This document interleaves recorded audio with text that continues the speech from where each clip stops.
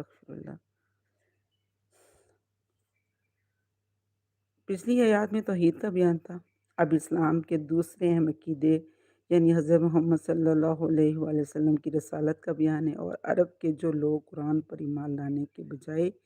یہ الزام لگاتے تھے کہ حضرت صلی اللہ علیہ وآلہ وسلم شاعر ہیں اور انہوں نے اپنی طرف سے یہ کلام بنا لیا، انہیں زبردست چیلنج دیا گیا کہ اگر ایسا کلام کوئی انسان بنا سکتا ہے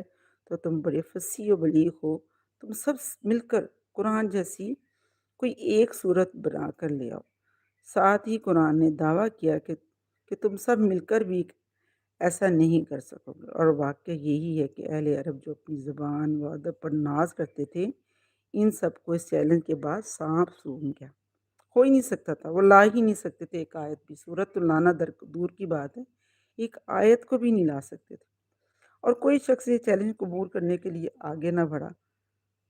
بڑے بڑے شاعروں اور ادیبوں نے اس خدائی کلام کے آگے گھٹنے ٹیک دیے، اور اس طرح حضرت صلی اللہ علیہ وآلہ وسلم کی رسالت و قرآن کریم کی سچائی روز روشن کی طرح ثابت اور واضح ہوگی۔ سبحان اللہ۔